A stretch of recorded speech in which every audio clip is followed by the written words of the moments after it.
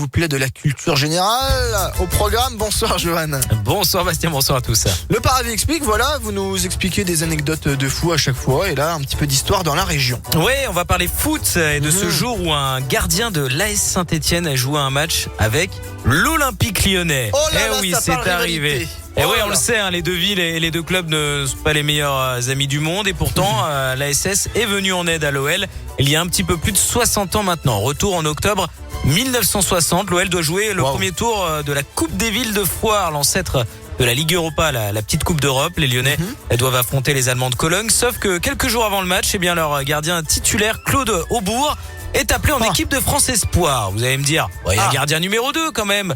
Oui, Claude Hugues. Problème, c'est qu'il est blessé à ce moment-là. Du coup, l'OL se retrouve sans gardien pour le match. Et qu'est-ce qu'ils vont faire, les dirigeants lyonnais? Eh bien, ils vont solliciter l'aide de leurs voisins stéphanois qui ont accepté de leur prêter leur gardien numéro 1, Claude Abès, qui est l'un des plus grands gardiens du monde à cette époque. Il a joué 2 Coupes du Monde avec les Bleus.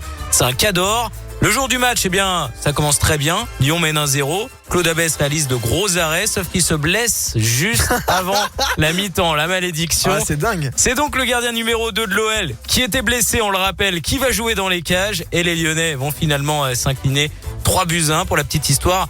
On peut retrouver la lettre envoyée par les dirigeants de l'OL à leurs homologues stéphanois au musée des Verts à Saint-Etienne. Je crois qu'elle est toujours exposée où on voit la demande de l'OL, les dirigeants lyonnais qui ont ensuite pris des nouvelles évidemment de Claude Abès après sa blessure. Alors, l'OL a rendu l'appareil un petit peu plus de 30 ans plus tard. D'accord. Un peu plus indirectement, on va pas se mentir. Vous allez comprendre. C'est encore une histoire de gardien d'ailleurs. On est en décembre 96. L'AS Saint-Etienne est au bord de la banqueroute. Plus de sous dans les caisses. Le club risque alors le dépôt de bilan.